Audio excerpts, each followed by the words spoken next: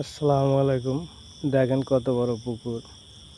আর পুকুরের মাঝখানে এই যে ফিতাগুলা দেওয়া আছে না, এগুলা দিলে আপনার পাখি পড়ে না, যেগুলো ছোট মাছ যেমন ট্যাংরা, বাটার পোনা, এগুলো ধরতে পারে না।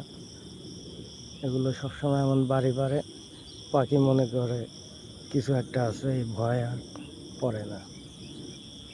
পাশে এই জামের বাগান দেখেন, বিভিন্ন ধরনের দেশি বিদেশি আম আছে এখানে। আপনারা যদি চান তাহলে ওটার একটা ভিডিও একদিন দেবো ইনশাল্লাহ।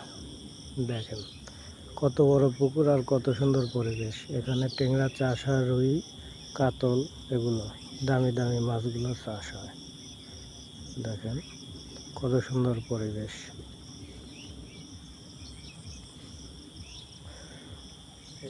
এইসব জায়গায় সন্ধ্যায় আইলে মনে অনেক শান্তি আসে, মানে প্রাকৃতিক একটা সৌন্দর্য এখানে উপভোগ করা যায়।